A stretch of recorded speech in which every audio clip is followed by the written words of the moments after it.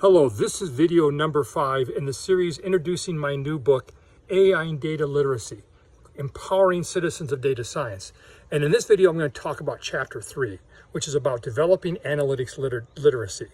I'm going to start the chapter by laying the stage regarding how the analytics has evolved from traditional descriptive analytics to analytics that predict and prescribe in order to optimize, and finally getting to the space where we are today with artificial intelligence or AI to create innovation through analytics that have the ability to continuously learn and adapt.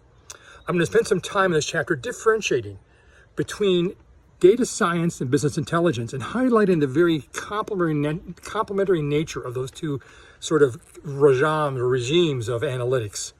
I'm then going to deep dive into the data science engagement methodology. I want to highlight the collaborative nature, the highly iterative nature of bringing together business stakeholders, subject matter experts, and your data science teams in order to identify those variables and metrics or features that might be better predictors of performance.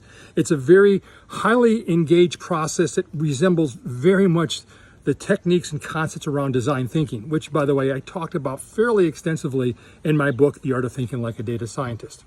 Finally, I want to go into and look at the 4 different levels of analytics. I want to start off with operational analytics, which looks a lot like business intelligence and trying to understand, what's happened, the state of the business, generate reports on, they compare current versus previous performance metrics and such. And then I want to segue into an area I call insights and foresights. This is about uncovering inside the area those predictive behavioral and performance insights or propensities that we can use in order to not only predict what's likely to happen, but lead us into that level 3, which is really around augmenting human intelligence, which is around how do I take these predictive insights and create prescriptive recommendations that help me make optimal decisions, right? And especially around the operational engagement of the business. And then I'm going to touch very briefly on level 4, which is really around autonomous analytics. That is analytics that can continuously learn and adapt, because by their very nature, they're very different than traditional analytics that we've used to help optimize use cases. We're going to talk a lot about in the next chapter, which is chapter 4.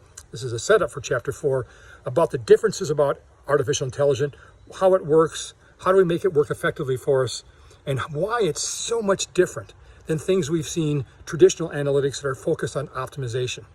Anyway, I hope you enjoy chapter 3, and I hope you enjoy the book if you purchase it. Cheers.